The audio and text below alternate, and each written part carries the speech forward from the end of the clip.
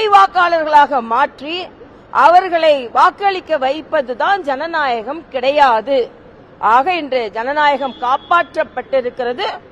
இன்னும் வரைவு வாக்காளர் பட்டியல் வெளியிடப்பட்டிருக்கிறது.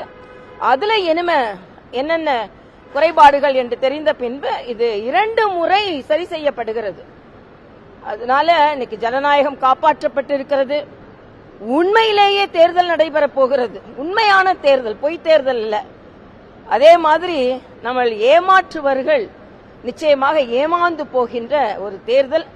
அதனாலதான் இதுவரைக்கும் ஏமாற்றிக் கொண்டிருந்தவர்கள் ஏமாற்றப்பட்ட SIR என்பதுதான் எனது கருத்து.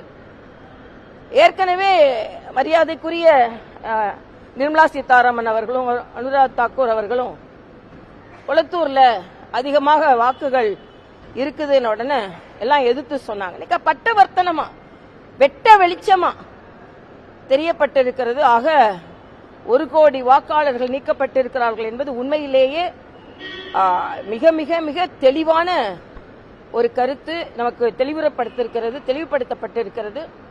அதனால் அதை வரவேற்றதற்கு நாங்கள் மகிழ்ச்சியும், அதை எதிர்த்ததற்கு அவர்களெல்லாம் மக்களுக்கு விளக்கமும் சொல்ல வேண்டும் என்பது எனது கருத்து.